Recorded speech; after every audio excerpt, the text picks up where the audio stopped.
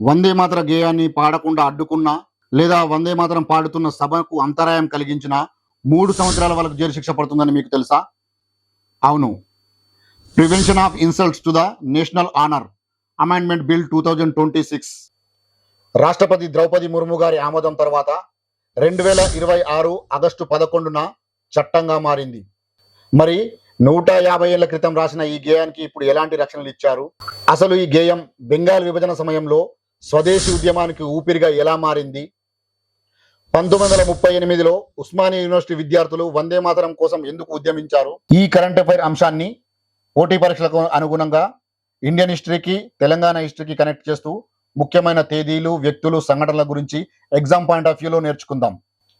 Welcome to my channel Durva with you. Prevention of insult to the national honour amendment bill 2026 2026 July 24న కేంద్ర హోంశాఖ సహాయ మంత్రి నిత్యానంద రాయ్ గారు రాజ్యసభలో ప్రవేశపెట్టారు.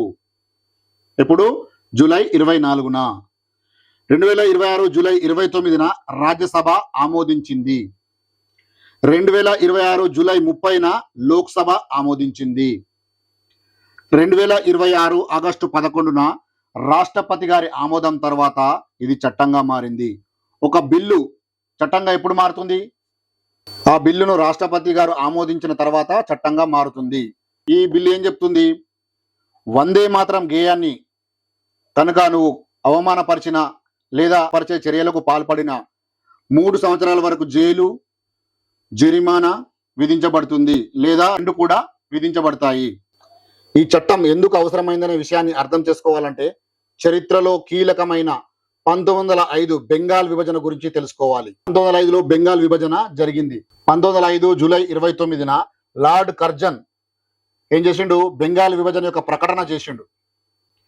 అయితే 1905 ఆగస్టు 7న దీనికి వ్యతిరేకంగా, అంటే బెంగాల్ విభజనకు వ్యతిరేకంగా కలకత్తా టౌన్ హాల్లో భారతీయులంతా సమావేశమై విదేశీ వస్తువులను బహిష్కరించాలనే తీర్మానం చేసిండ్రు. ఈ 1905 అక్టోబర్ 16న ఈ బెంగాల్ విభజన అమల్లోకి వచ్చింది.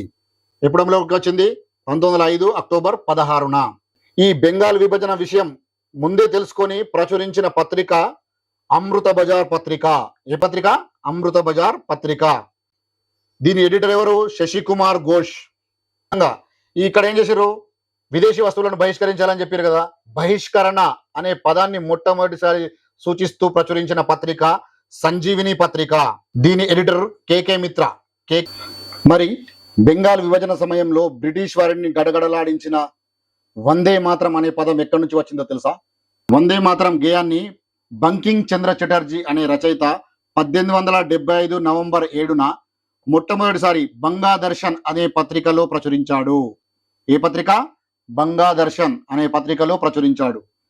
తర్వాత ఈయనే బంకింగ్ చంద్ర చటర్జీ 1882లో రాసిన ఆనంద్ మఠ్ అనే నవలలో ప్రచురితం చేశాడు.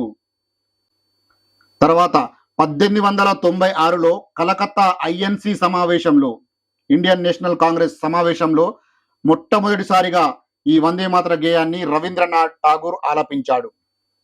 మరి ఇప్పుడు వందే మాతరం ఉద్యమానికి తెలంగాణకు ఉన్న సంబంధం ఏంటో చూద్దాం. 1938 దసరా ఉత్సవాల సందర్భంగా ఉస్మానియా యూనివర్సిటీ విద్యార్థులు వందే మాతరం గేయాన్ని ఆలపించిండ్రు. అయితే యూనివర్సిటీ అధికారులు ఏం చేసిండ్రు? ఎక్కడ కూడా యూనివర్సిటీ ప్రాంగణంలో వందే మాతర గేయం ఆలపించకూడదని నిషేధం విధించిండ్రు.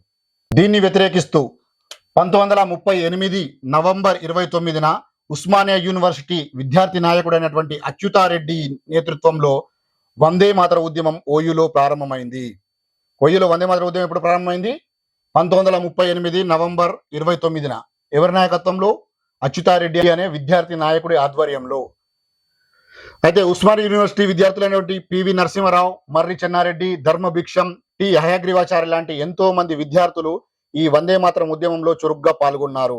ఈ ఓయూ విద్యార్థులకు సపోర్ట్ గా నిజాం అబిద్ హుస్సేన్ అన్సారీ, మహాదేవ్ సింగ్లు, ఈ నిజాం కాలేజ్ విద్యార్థులు ఉస్మానియా యూనివర్సిటీ విద్యార్థులకు మద్దతు తెలిపారు. అయితే వందే మాతరం ఉద్యమంలో పాల్గొన్న వందలాది మంది విద్యార్థులను అటు ఉస్మానియా యూనివర్సిటీ నుంచి, దాని అనుబంధ కళాశాల నుంచి బహిష్కరించారు. బహిష్కరించడమే కాకుండా నిజాం సంస్థానంలో అంటే నిజాం రాష్ట్రంలో ఎక్కడ కూడా ఏ విద్యా సంస్థలో కూడా అడ్మిషన్ దొరకకుండా చేసిండ్రు. మరి అప్పుడు నాగ్పూర్ యూనివర్సిటీకి చెందిన వైస్ ఛాన్సలర్ టీజే కేదార్ పత్రి, ఎవరు? టీజే కేదార్ పత్రి అనే వైస్ ఛాన్సలర్ పివి నరసింహారావుతో పాటు అనేక మంది విద్యార్థులకు ఈ నాగ్పూర్ యూనివర్సిటీలో అడ్మిషన్ కల్పించి విద్యాభ్యాసం పూర్తి అయ్యేలా చేశారు. ఆ తర్వాత పివి నరసింహారావు భారతదేశానికి ప్రధానమంత్రిగా సేవలు అందించిన విషయం మనందరికీ తెలిసిన విషయమే. ఈ టాపిక్ కు సంబంధించి మీకు ఒక ఎగ్జామ్ ఓరియంటెడ్ క్వశ్చన్ చూద్దాం. ఎంసీక్యూ ఏంటంటే 1938లో వందే మాతరం ఉద్యమం సమయంలో ఉస్మానియా యూనివర్సిటీలో వందే మాతరం ఉద్యమానికి నాయకత్వం వహించింది ఎవరు?